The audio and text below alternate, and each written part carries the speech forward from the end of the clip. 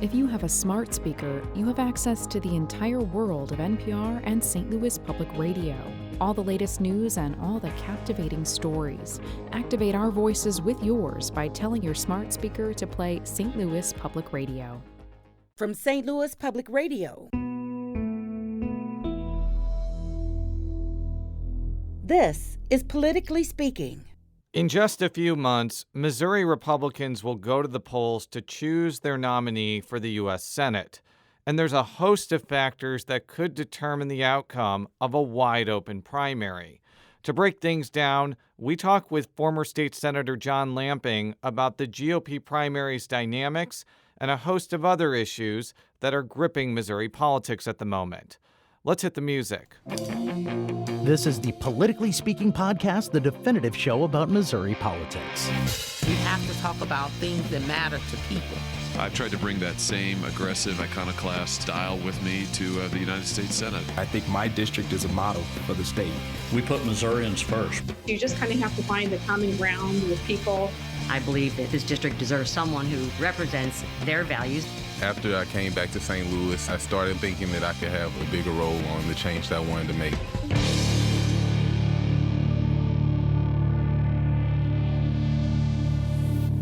And welcome to Politically Speaking. I'm your host, St. Louis Public Radio political correspondent, Jason Rosenbaum. We have a very special guest today in the studio. The last time he was on this show, he was the state senator for Missouri's 24th district, and it was in 2014. Amazing. And our guest today is? John Lamping. And I'm really appreciative of him coming back because he's not in office anymore. Some of our best guests that we've had on this show have been former office holders that still pay attention to Missouri politics. I think about a year after you were on, we had Jason Crowell on the show, and it was Jason's great. one of the best shows we've ever had because at that point, with the exception of him coming back in 2017 to shake up the low-income housing tax credit program, he's pretty much out of politics and doesn't really. But Jason's watching. He's watching. He pays attention. I talk to Jason often enough. But he has good perceptions. Yes, he does. I think that the reason I wanted to bring you back is, we have this crazy U.S. Senate race going on right now. You definitely have been paying attention to it. You have either peripheral or personal relationships with a lot of the candidates. But just to make sure, you haven't endorsed anybody yet. No, nor will I in this race. Yeah, so I think that makes you a good person to talk about the dynamics of this. At least that's my thought now. Ask me again at the end of the show, and maybe I'll have a different opinion. So I'm going to ask you, before we get into the individual candidates, what is kind of your sense of where this GOP Senate primary is right now? Well, I think the race is really a race between Schmidt and Hartzler. I think Greitens represents kind of the populist nationalist message in this race, and that's a message that's sweeping the country in Republican Party circles. But the rest of the candidates here in Missouri are not interested in taking up those issues.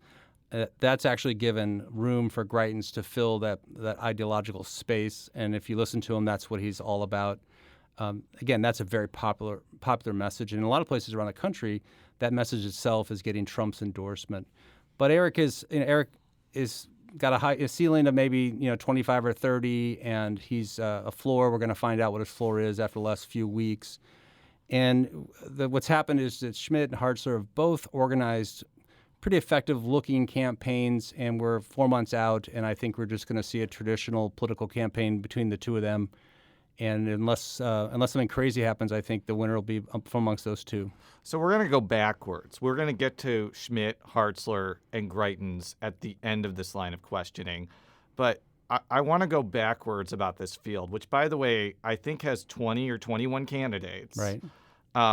And I want to actually talk about the non-major candidates first, which may seem counterintuitive. But, in a crowded primary where there are multiple legitimate candidates and in a possibility that the race could be decided by 1, 2, 3 percentage points, I'm looking at the fact that there are like 14 or 15 candidates who have no chance of winning this race, but who still may get 1, 2, 3% each. So how does that have any impact on the final result? I think not. I mean, the ones you're talking about are the ones that individually can't get more than a fraction of a percent, and so you're talking about a cumulative effort. I think with with all these higher profile, we've got like one upper tier, and then we've got kind of a middle tier. And what both tiers have in common is they're going to spend a tremendous amount of money. And so when we get down to the very end, if people ask me, well, why is this person running for the Senate, or why is this person running for governor? Some person that's like a local homeroom teacher, or like something. a Leonard Steinman, or and something. It's just like so that. it's just so when somebody does their eulogy, it's in the when they die and somebody talks about them, they talk about the fact that they ran for governor or U.S. senator someday. That's all it is, really. It's a vanity thing.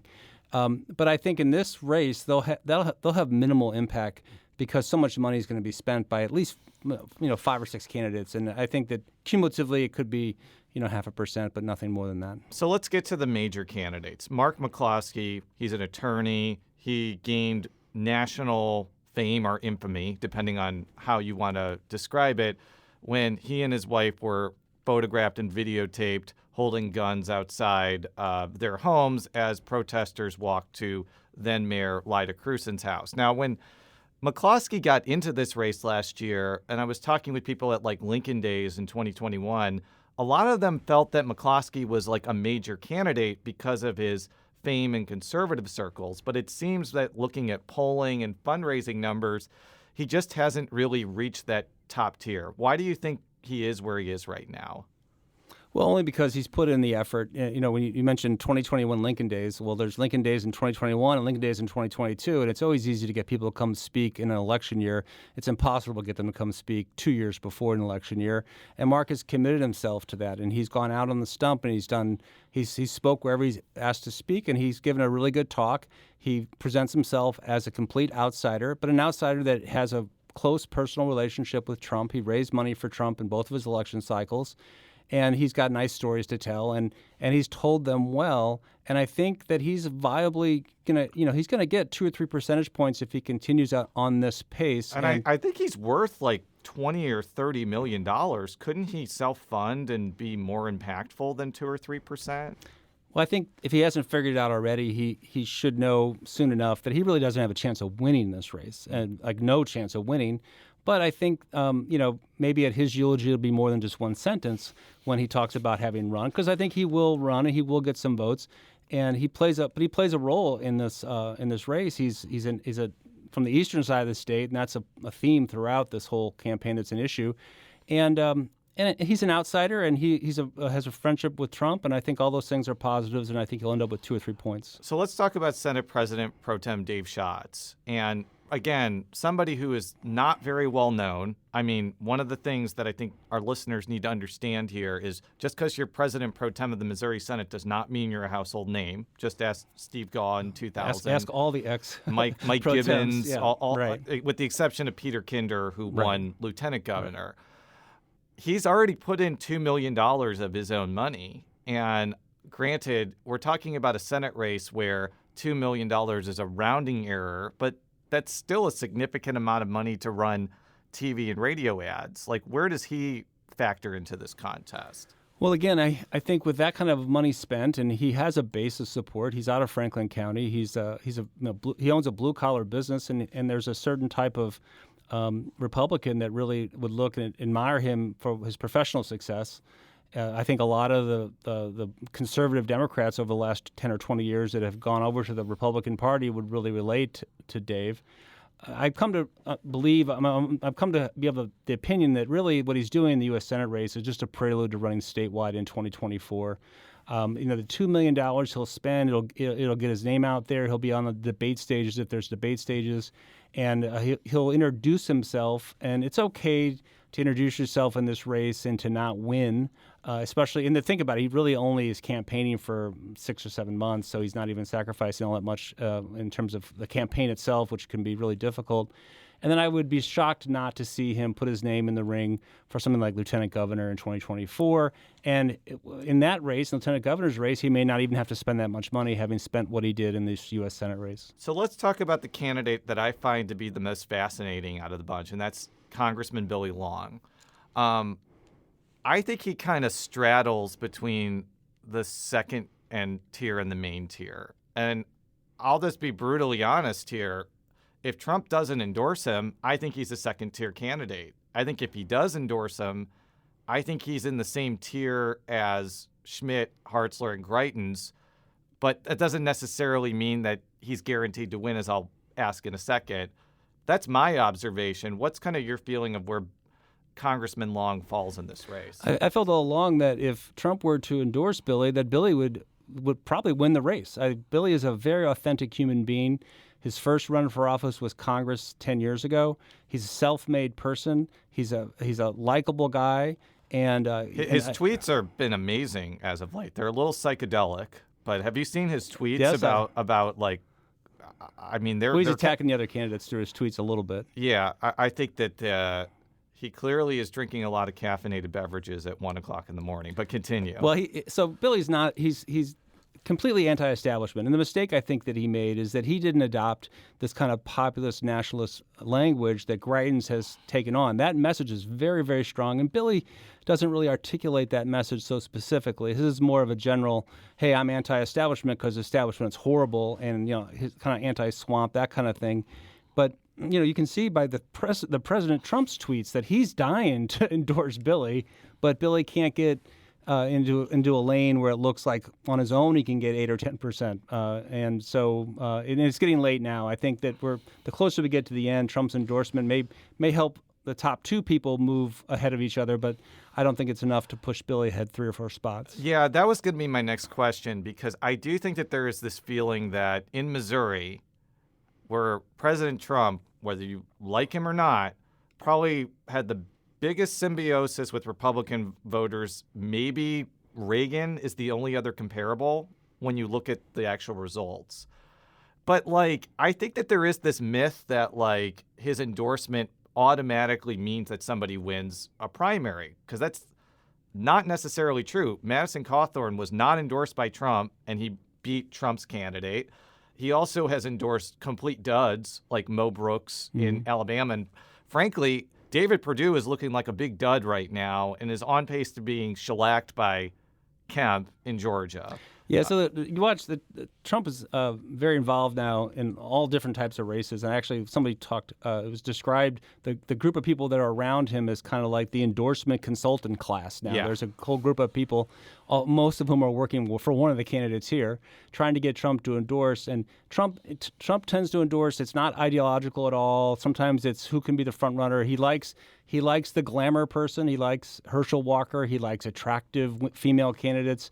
And then he also endorses people that are against people he has a strong vendetta against. The one thing that's interesting is that Trump has made no secret of the fact that if he were to be elected president again, is he does not want Mitch McConnell involved in power. Mm-hmm. And so Greitens recognized that idea and came out early, I think last fall, and said that he would not vote for McConnell. And I'm shocked that none of the other candidates are smart enough here in Missouri to echo that. We're going to talk more about Greitens in a minute. Right. But my understanding is voting for majority leader is not like Speaker of the House. It's done internally. So if let's just say Greitens wins, and it's 50-1 for McConnell, does that really matter in whether McConnell serves or not? Yeah, I've heard that pushback. But the reality of the situation is you get into a Senate Majority Leader contest, and you may walk out of the door where it's unanimous, but along the way it's been contentious.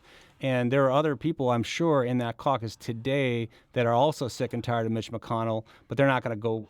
They care more about their committee assignments. They're not going to go against him unless there's a path to victory. I want to talk about Eric Schmitt first, because you actually served in the Missouri Senate with him. The thing that we were talking about before the show is he has never actually run in a Republican primary with opponents before. Is that going to be a problem for him? I know Eric. I consider Eric a personal friend. I've known him from when I first got into politics. I served all 4 of my years. I served alongside Eric. And Eric is a professional politician. He works very hard at his craft. He embraced fundraising very early on.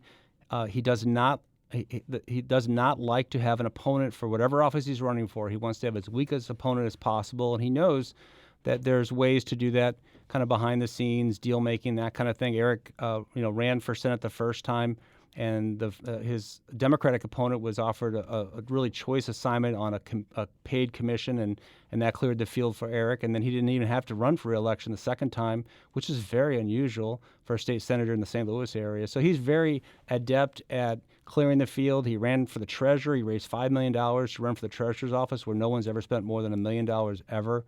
And he did a deal to get put into the attorney general's race, and then when he ran statewide, there was really not a race. There was never a primary, and the race wasn't even real. So Eric he's been loath to have people take shots at him. Others around in the Senate he was relatively thin-skinned at times, but he knows what this is all about. He's prepared himself for a long time to run for this office.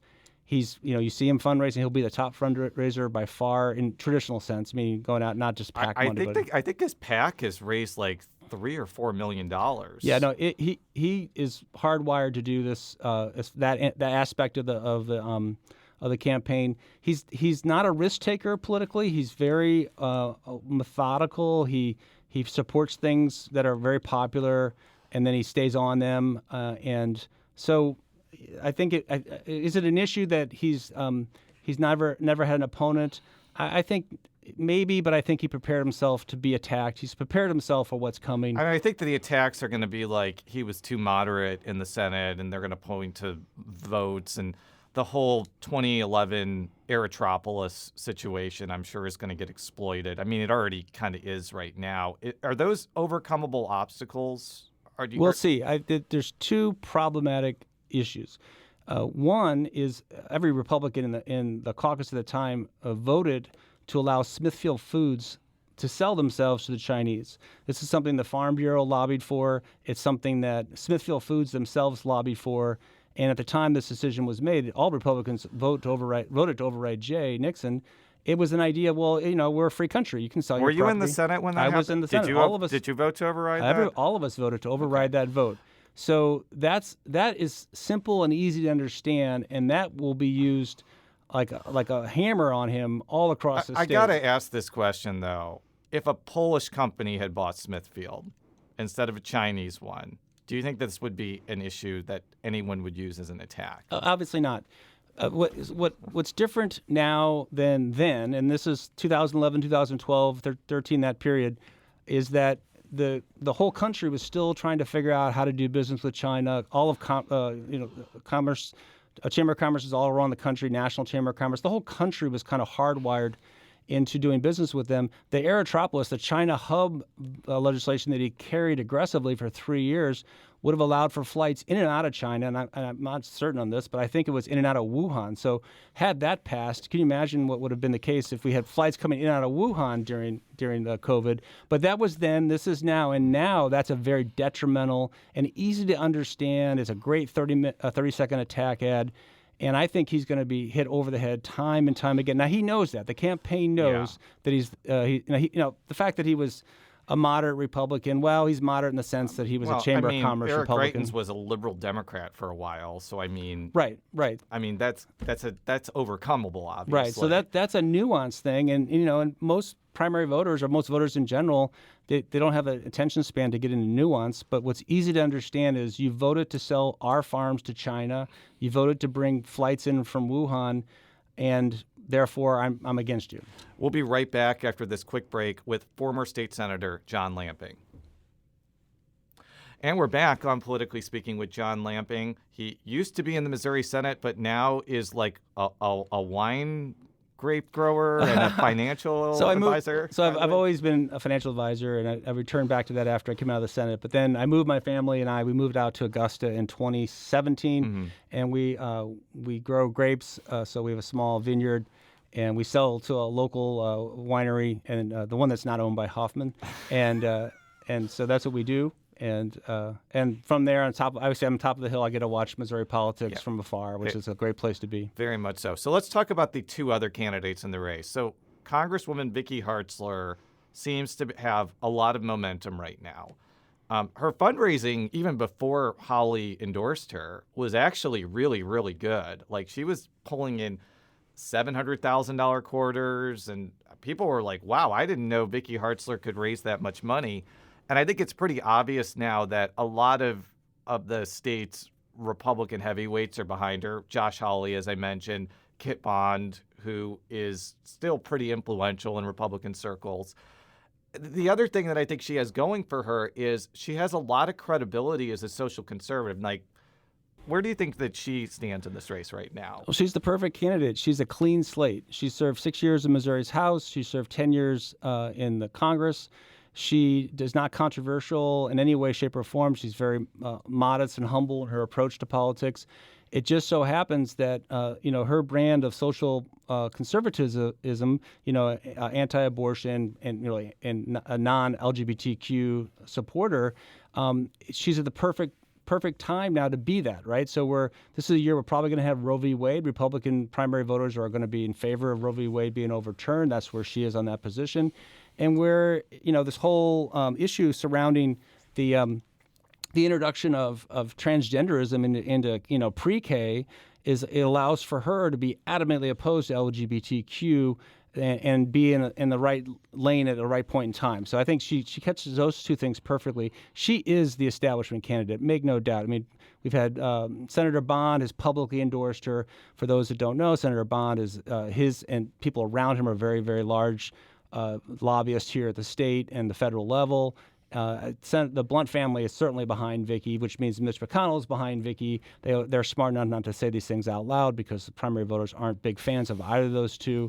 She is somebody who she will be a very quiet, safe vote, and she will listen to what all the lobbyists around her have to say. I know that the GOP primary voters are probably older, and I would say that they're not in favor of LGBTQ rights. But I've run into a lot of people who are my age. I'm 37. And their views of gay, lesbian, people who are transgender, even if they're Republican, it's just not really the same as like what Hartzler is espousing.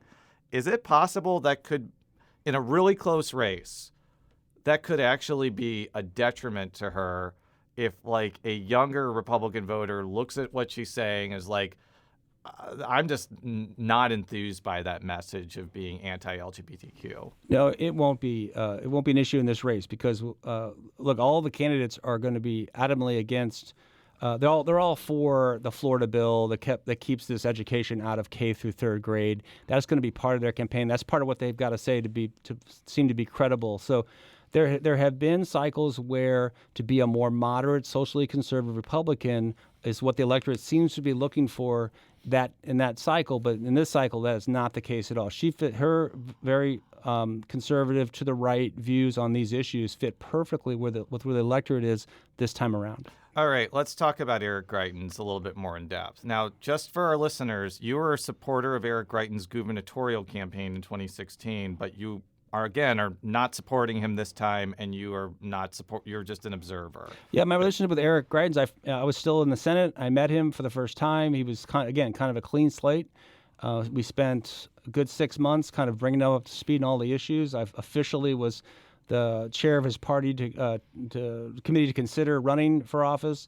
He obviously won the race. My rationale for getting behind him was I really believed that the policy things that he would do and would be very conservative. They were, and a lot of the people that I served with and around and people that helped me, they became part of his administration, and so that's my relationship with him.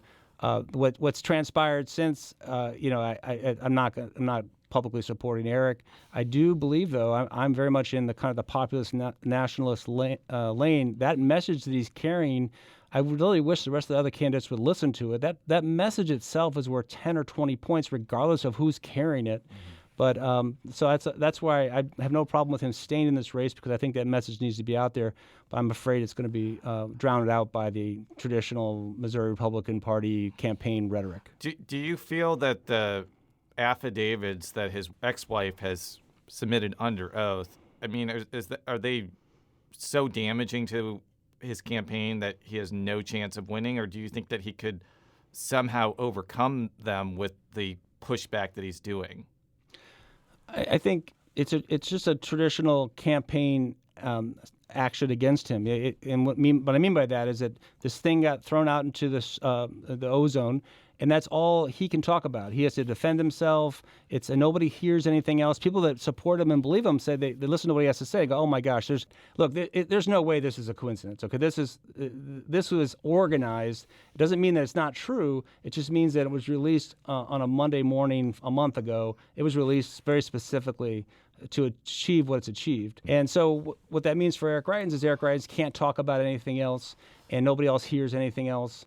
And that's where I think he's probably hit his ceiling early in this race. And 26 and 7 is not going to be enough to win. But I've seen his responses to it, and it really centers around this is a conspiracy to get me out of the race because Mitch McConnell fears me. He's not leading with, no, I didn't push my wife down. No, I never physically or emotionally abused my kid.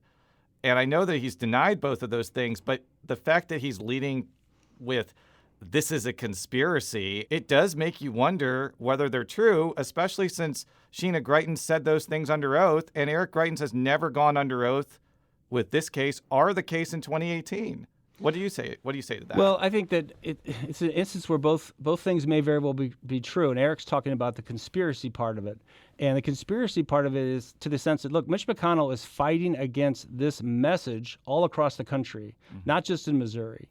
And it is true that they cannot have Greitens be successful, and they will do all they can to eliminate him from this race. It's not him personally, it's him, it's the message he carries. Do you think that people are energized to fight against Greitens because they fear that he will be a weak general election opponent, or because A, they believe what Sheena said in that affidavit, and they also believe what KS said in 2018, B, he was a governor who made lots and lots of enemies by not making friends with a lot of people, and RC, that people are just tired of Eric Greitens and they just want him to go away and would rather not deal with him. Maybe that's why Josh Hawley doesn't want him in the Senate. Like, what do you think about that?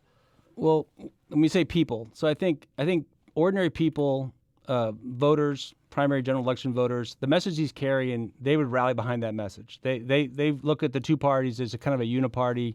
It's a cartel, and they feel like they're on the outside looking in. So the people, I think, support him, generally speaking. They support that message.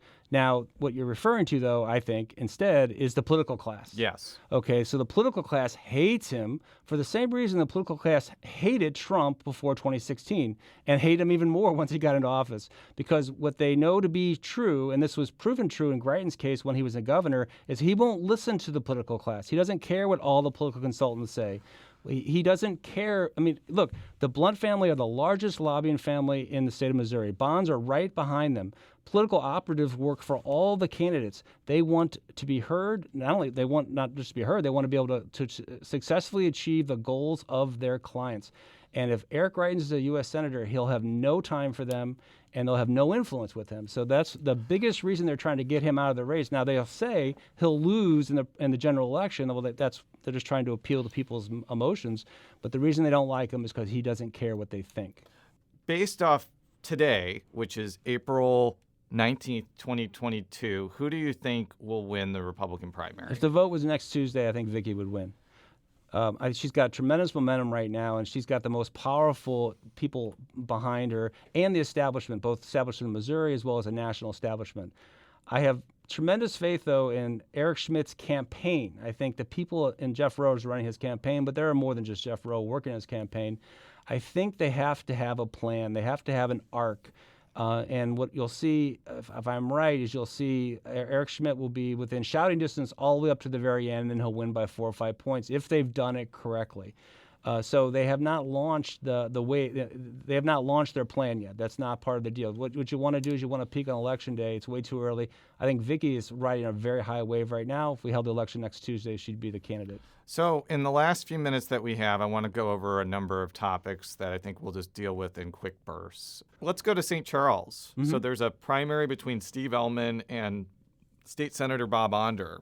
And this race is interesting from afar. As a St. Louis County resident who lived in a place with very restrictive COVID regulations, it is kind of odd that Onder is running against Ellman and basically saying that Ellman is a COVID scold when it's widely perceived that St. Charles County did not really enact very strict regulations against COVID. That seems to be the main thrust of Onder's campaign, beyond the fact that he's saying Ellman's been there too long. Like, is that going to be a attractive message? Well, it remains to be seen. The general perception in St. Charles County was that St. Charles County did not take control of principally what went on in schools, masking in schools. That was where the issue, that's where the differential really is, that the parents themselves were adamantly against the masking going on in schools. And what Steve did is Steve fell back on kind of what the state was recommending. So he didn't come out and assert himself as a county executive. Look, I like both these people a lot. Steve, I consider them both friends. I'm probably more ideologically aligned with Bob. I think Bob would be a great county executive. I do think Steve's been the county executive for 20 years, and it's time for a new blood. I think that would be that's a good enough message. I also think St. Charles County is at a crossroads. When you go back to early 80s, and St. Louis County was kind of a 50-50. Maybe it was Republican leaning. I mean, we had McNary as the county executive. Republicans in St. Louis County felt very comfortable in being Republicans in the majority. And if you look at St. Charles County now, it's Republican, but it's 55-60% Republican, and we're at a crossroads where I think that the county can make big changes. Steve's been there for 20 years. This will be an interesting race. I think right now it's my understanding is that like Bob controls the west side of the county and Steve the east side of the county, and it's who can get their votes out. Hoping to get both of those candidates on before Election Day. Redistricting, I know you're a 7-to-1 person. We had Bill Eigel on the show last week, and I think he did actually a really effective job at articulating the 7-to-1 message, so I want to give him a lot of credit for that.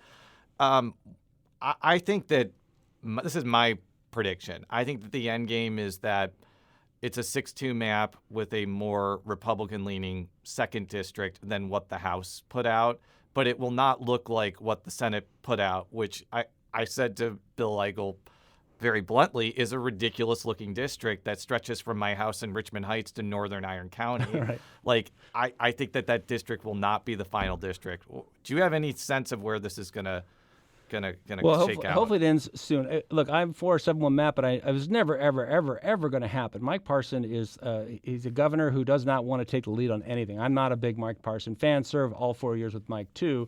It's ridiculous that he did not call a special session last year to have this map drawn. And the way we were going to get to a 7-1 map in this state would be if Parson himself wanted that map. He never wanted that map, and so it was never going to happen. What I would have hoped that the advocates for 7-1 in principally the Senate, I would hope that they were advocating for 7-1 to get a stronger 6-2, and it remains to be seen. We haven't got the map drawn. We don't know that Ann Wagner's district is stronger. It needs to be much stronger. It's ridiculous the way it currently is drawn. And who knows? Jason, it sounds like maybe we're going to run the old districts in 6 months, 7 months, and look for a federal court to draw the new ones in the off year. My final question for you is actually looking at 2024. And there is this shadow primary going on between Lieutenant Governor Mike Kehoe and Secretary of State Jay Ashcroft. I'm almost positive that both of them are going to run for governor. I think Kehoe has already announced. Ashcroft is probably going to announce after the 2022 election cycle. And I think that both of them bring some advantages to this race. Like Kehoe is well known in mid-Missouri. He's going to get a lot of institutional support. But Jay Ashcroft has probably 100% name recognition. I didn't actually know this until I checked. I believe that he got more votes than Robin Carnahan did in 2008. So, like, he's already proven that he can win by wide margins. How do you think that this race is going to shake out in a couple of years? It remains to be seen what kind of campaign Jay is going to run. I know Jay a little bit, and I find him to be a very honorable person, an upstanding person who really does view political service purely as public service. He's not in it. I mean, he was the son of a very famous person. He knows what fame and notoriety brings to you. He's not seeking that out. He's seeking service. Mike Kehoe has been campaigning to run for governor since the day I met Mike Kehoe in 2010. That's when he and I both were swept into office. Mike is a conservative Democrat who is now a moderate Republican. Mike, there's a textbook path to any statewide office. It's the one that Vicki's following now, but Mike knows what this path is, and that is to understand and get to know and get the support of all the institutional groups to carry water in the legislature, which he has done on numerous occasions. To run statewide. He ran as lieutenant governor, so he's got high name ID. Mike works the state every single week. He's out 2 or 3 or 4 places working the state. It's no secret. And I'm sure he's going to disagree that he's a conservative Democrat. He's going to probably claim that he's a very conservative Republican. Well, if you look at who supported Chris Koster in the race for governor in 2016, probably half to 2/3 of the groups that endorsed Chris Koster will be endorsing Mike Kehoe this time around if they haven't done so already. And I think it's pretty safe to say. So like the NRA and the Farm Bureau, like those are pretty conservative groups. Cattlemen's Association, the soybean, one after the other. Like, look, one of the reasons I was excited to meet Eric Greitens when I did and support Eric Greitens when I did is because Chris Koster was the de facto governor, and he had a lot of moderate Republicans that were privately supporting him. So Mike Kehoe knows all those things. Mike Kehoe lives in Jefferson City. He completely understands Missouri politics. He'll be very, very formidable opponent. If you ask me to guess today who's going to win, I'd say he's going to win. But it remains to be seen if Jay Ashcroft has the ability to run a campaign that he'll need to run, which is to be the true conservative and really kind of an outsider to somebody who's very much an insider. I think it's going to be the reason I'm actually excited for this race is it really has the potential to be a battle of ideas. And it may be less personal than the Senate race. And that is I'm more of a policy person than a politics person generally. That's kind of exciting. It is. I hope that I'm right on that and it doesn't turn into a mud fest, but I think it could really be like a battle of ideas. I think that's right. I think if it's just the two of them and they square off, I think that it'll lend its. I think Jay will. That's what Jay will be, and I think that he'll be willing to lose on his ideas alone. But we'll see. I mean that. When you go down the path of running and campaigning for offices for years after years after years, you're loath to lose, and at the 11th hour, you're easily talked into doing something you may otherwise not do in a commerce situation. We shall see. Thank you so much for coming in for all of our stories. STLPR.org, Politically Speaking, is a product of St. Louis Public Radio, which is part of the University of Missouri St. Louis. You can follow me on Twitter at Jay Rosenbaum. You can follow John Lamping at... I'm on Twitter at John Lamping. We'll be back next time. So long.